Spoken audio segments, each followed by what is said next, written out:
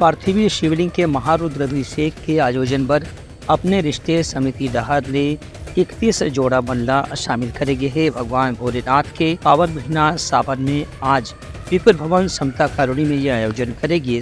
एमा हर वर्ष के भांति 21 साल एक भव्य रुद्राभिषेक के आयोजन करेगी, जैसे जिसमें 31 जोड़ा मन अपन जीवन साथी के साथ में बैठ कर के महारुद्राभिषेक के कार्यक्रम में शामिल हुई। एक पर हर व्यक्ति से सहयोग राशि भी प्राप्त हुई से विप्र भवन समिति के लोगन के कहना है कि महारुद्राभिषेक से समाज में एक नमक किस्म के आध्यात्मिक क्रांति की शुरुआत हुई से। कावर की एमे शामिल जोड़ा मन बहुत ही तन्मयता के साथ में रुद्राभिषेक की रस्म ला पूरा करी है।